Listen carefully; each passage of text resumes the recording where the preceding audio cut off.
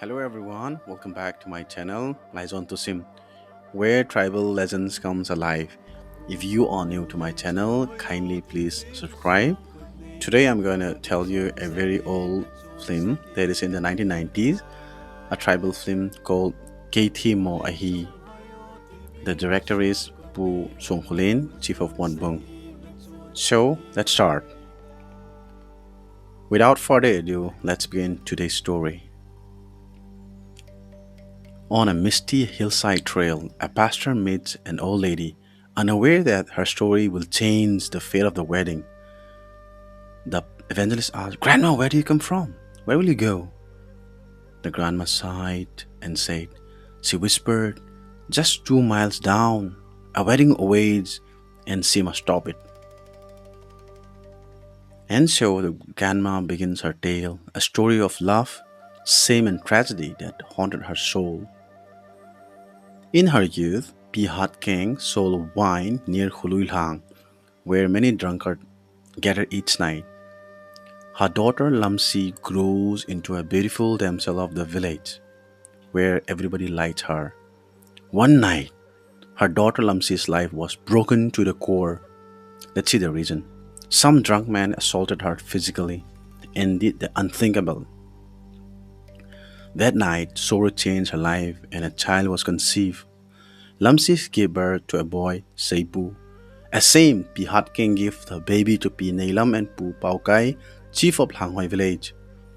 Seipu was raised with love and he grew up learning at Hoine Bombay School. Later, LAMSHI met Captain Thangkho, a noble army officer, and they fall in love. The love grew each other's and later they got married. A year later, LAMSHI and Captain Thangkho were blessed with a daughter Hevah, a very princess daughter. On the other hand, Seipu too grew into a strong, handsome youth of HANGHOI village. Meanwhile, Hevah grows into a radiant maiden, admired by the youth of the village. She was astonished. Unaware of faith, HELIEN and Hevah fell deeply in love, their hearts bound by innocence. Hevah waited at the hilltop, but HELIEN never came due to family reasons. Her heart broke in songs, "Khaltui kangbang kangae lunglen thanga, Golde nahung hitam katile, idinga Lhovuum." That song was very beautiful. You can hear in a later part of the story. Betrayed by HELIEN, Hevah's heart from solace in Seipu, another handsome man of the village. After their love bloomed, they planned to get married in a church. At the wedding, before the priest Ricky read the vow, he asked if anyone has any objection. "Then stop the wedding!" shouted Hatkeng. "They share the same mother." Then Reverend Ricky said, "Ajutile Keiman Dantingimin Komtei."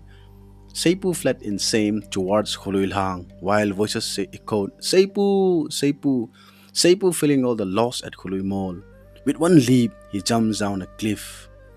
Seipu took his last breath. Hatkeng said, then full of remorse, weeping tears. Hatkeng looked toward the sky and said, "KEI THEMMO AHI." This is the title of the film. Now I'm going to explain the whole story in our mother dialect, that is Hadopao.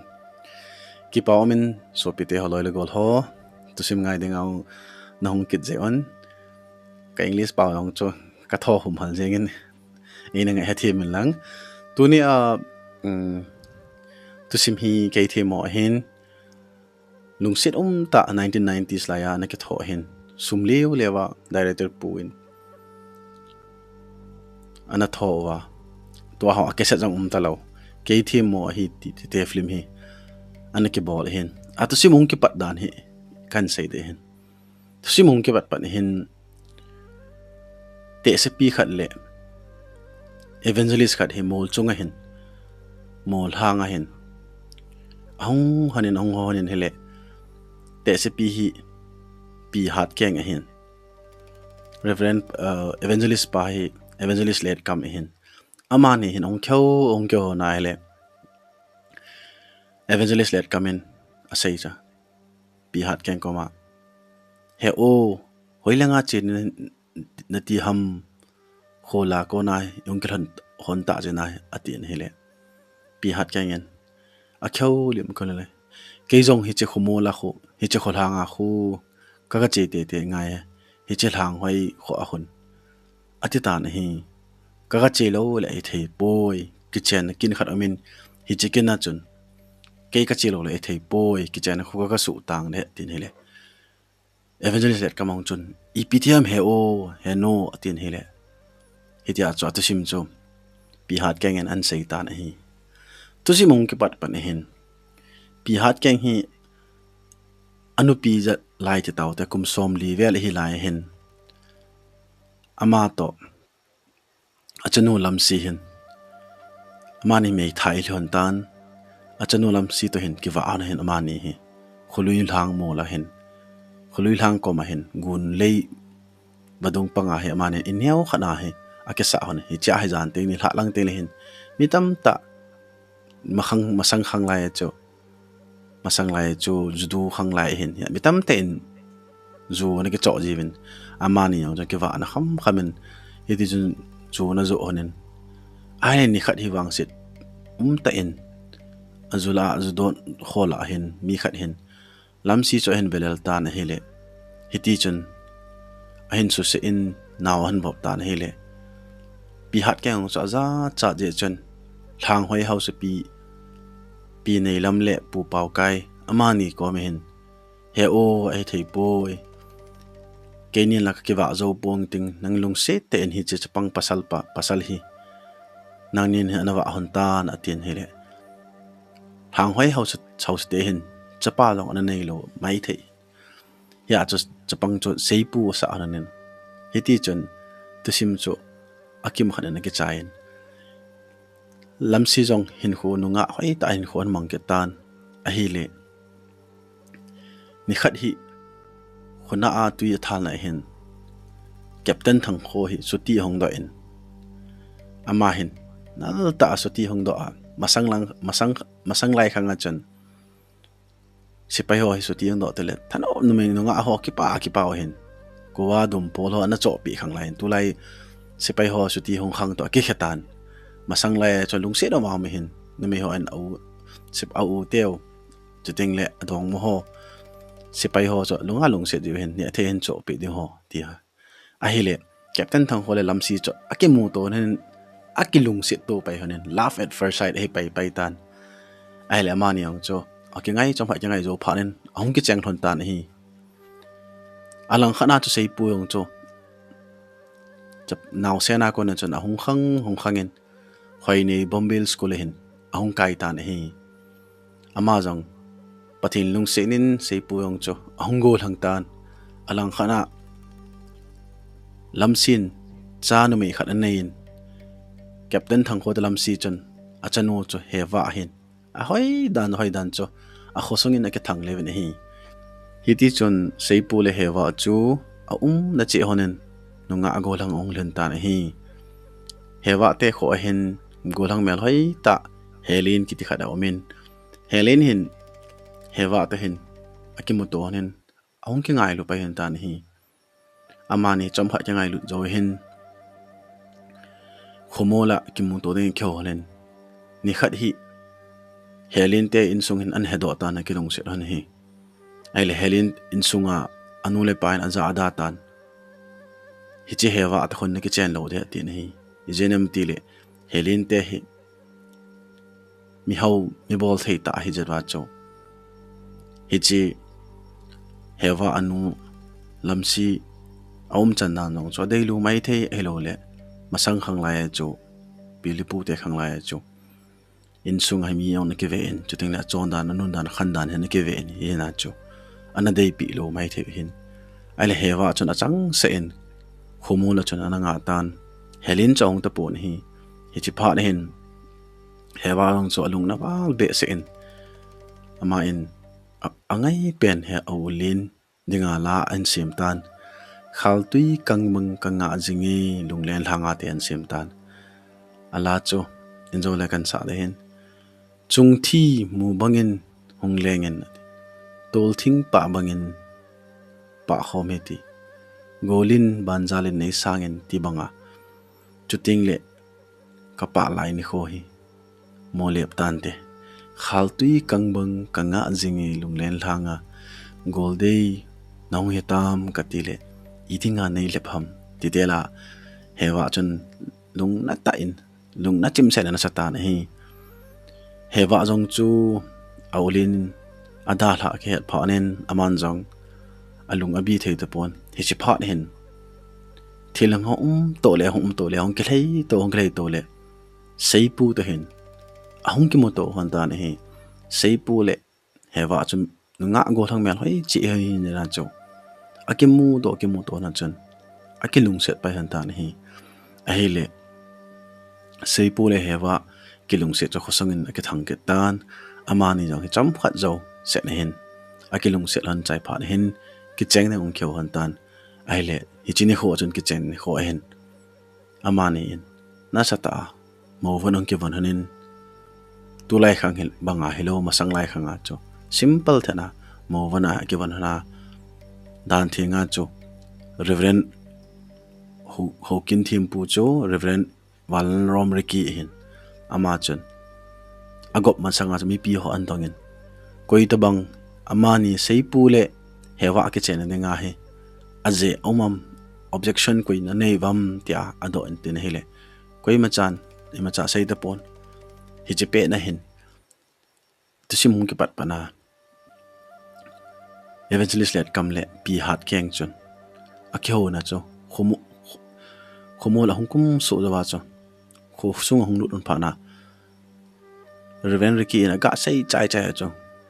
ho in kot songa cha hung chom lu nen amani chu ki chang thei bon te amani chu u chai hon boy anon thakhat ati le mi piong so lung dong hle tan a hi le chipa chun reven riki chun pi sei tam te le chutile keiman amani hi dan thingin gom thei ponge atin ai le Seipu chala za cha dan chu aum dan ong chu amayong amo 11 amai mit mai athim ngin ane soi hla jengin chipa nin Seipu ong chu azam do in khului lang mo la chun akal to tan alung thima chu ke tha ke ma ding bo agial hetan mi pi ho hoina hong kai ho in sum mi te chun a hlai da un Seipu khungayo tivin hele Seipu chon la ahusa ho sa zawin ama to hlai jing ale khului lang mo la kal do ta pang phung pha de ko na hin anoi langa loi adel to loi khosung mi te chon ispa Seipu bol he o ti hon Seipu ngo chon alung ya la za cha to alung set penu anaw nu nga hi kha kele akela za chi sanga thi zo no min te tia Seipu cho pang phunga ko na ke chom lan ko la chun akili la ta ni akili ha pha na chun badung kom pha na chun song ho chun ke ta pa kha na chun athita ni hi chi pha na chom khat zawin pi Hatkeng cho hongin Seipu cho aven apomen aum chan no si cha ama thi mo ke henin hla set in boy hla se hin atin aman thi mo na khet phanan van lang asangin KEI THEMMO AHI ti asai ni tusim hi kasei chai masangin tusim ke chai nyong ahitan kasei chai masan Seipu aniaw laiya hi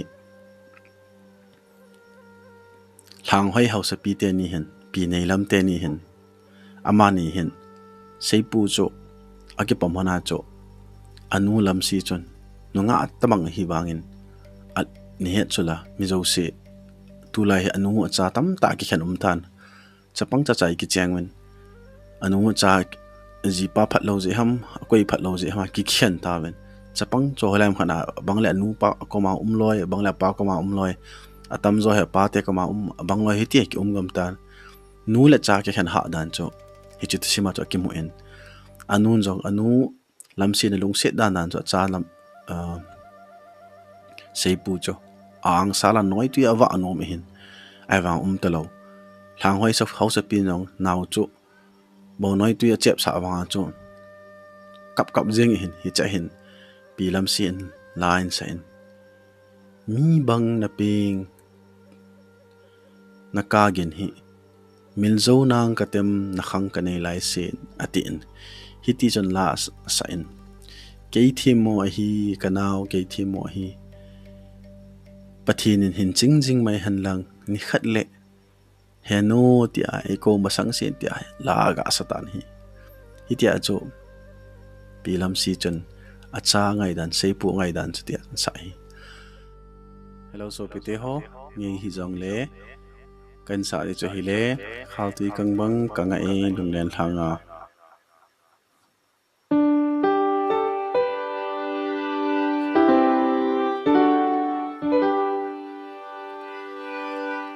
chung thi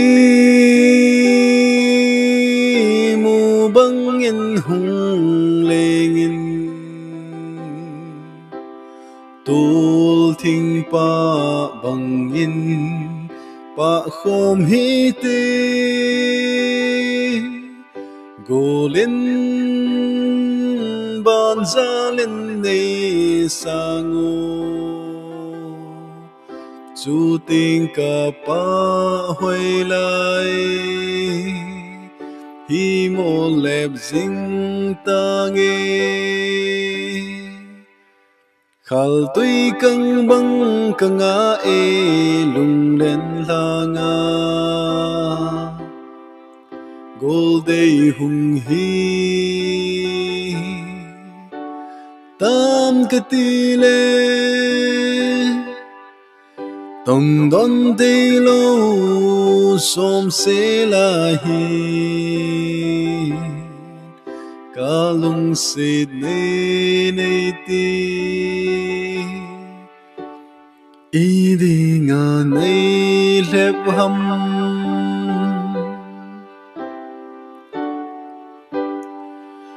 hê ô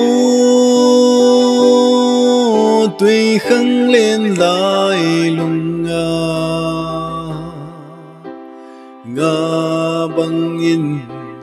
khát vì bè này lên khom pin golin ban ra lên này sango chú tình cả khăng hoài lại hi mô lẹp dinh ta nghe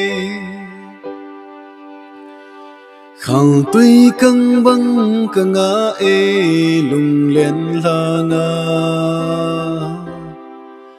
gol day hung hi tam ka tile tông đón tê lô xóm xê la hi ca lung xịt nê nê tê ý đi ngà nê lép hâm tông đón tê lô xóm xê la hi ca lung xịt nê nê tê ý đi ngà nê lép hâm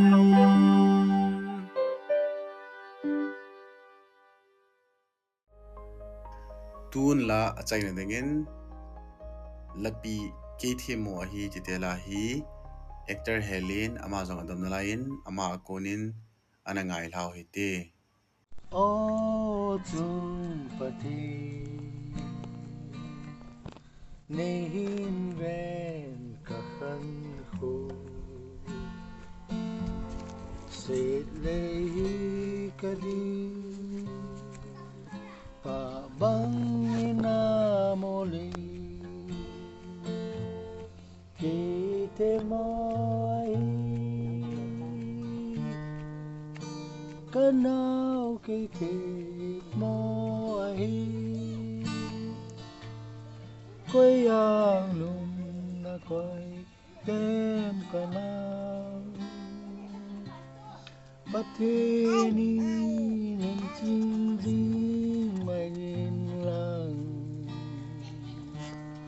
ni kha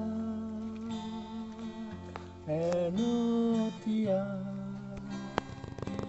nei ko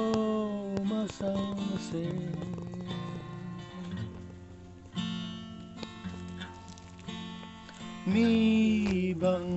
na pi nya na ka amoy su mi dòng phố ca tê na khăng ca nê lai se KEI THEMMO AHI ca nào KEI THEMMO AHI coi yang na coi đen ca nào pateni nin sing sing mai la ni ka enotia ni ko masa si bảo mi Tusim hi chanen ke chaitan aban ti jong le tusim ngei ta hin ngai ki tu hin tu ni a tusim ngai os na chung chen ka ki pa in mun tina ka sopi ka sangam na pon chawin sun tin chibai zan tin mangpha